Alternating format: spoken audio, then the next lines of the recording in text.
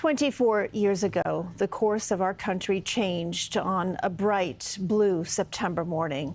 And tonight, the tribute in light beams to the heavens in honor of the lives lost in the deadliest terror attack on American soil. In Lower Manhattan, the names of the fallen were read aloud, a bell tolling to remember the timeline of the attacks. And an American flag was unfurled at the Pentagon this morning before President Trump laid a wreath to remember the 184 people killed there. And then in Shanksville, Pennsylvania, a ceremony was held at the crash site of United 93. Jenna DeAngelis shows us tonight's tributes. As the sun set over Lower Manhattan, the sound of bagpipes, a solemn reminder of the darkness here 24 years ago. I'd like to respectfully ask for a moment of silence right now. A salute to the heroes we lost on 9/11. The brothers and sisters that run towards the danger. Letting their names fill the space Patty Brown, where the weight of their sacrifice lives forever. It's directly across the street. They were the first ones on the scene, Ladders 10, Engine 10. It's a sad day. He was just an amazing person. He actually stayed to get everybody off the floor. That's why he didn't make it out. Edward Poulos was 34 years old, a devoted husband and father of 3 who loved working at 2 World Trade. It just brings me a lot of peace to be here, and I'll always be here, and I'll always say his name. My husband, Edward Frank Poulos. This year is more difficult because 2 of our 3 children are getting married. And you can't walk your princess down the aisle. Reading the names. Patricia Campbell. Pausing to reflect.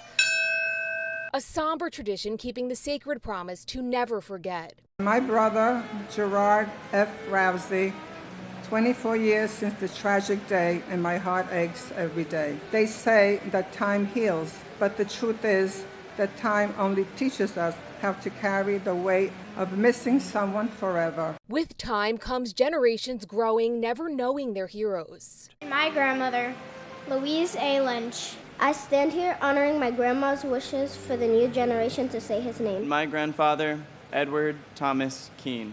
And I wish you were here to help me make sense of this world. From the darkness came the light. In the days that followed, patriotism, compassion, resilience, and unity prevailed. God bless America. May it prevail once again.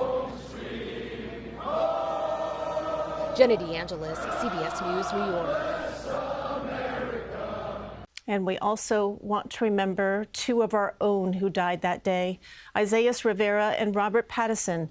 Both men were working as broadcast engineers on the 110th floor of One World Trade at the time of the attacks. Robert was a military veteran and attended the Air Force Broadcast School. Isaiah worked for CBS for 30 years, and he left behind a wife and 4 children. We do send our heartfelt condolences to the Pattison and Rivera families tonight. Also tonight, New Yorkers came together on Staten Island to never forget. Borough President Vito Fossella, Mayor Adams, and New York Attorney General Letitia James were among those in attendance at the ceremony.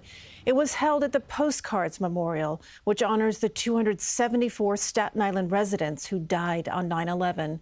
Family and friends read their names of loved ones. It's around this time that I tell stories about my father. I talk about my father to friends, neighbors, family, and just about anybody that'll listen. And the first thing that people say to me is, "I'm sorry for your loss." And I remind them, I didn't lose my father. My father was taken. Never forget. The memorial also commemorates the Staten Island resident who died in the 1993 World Trade Center bombing.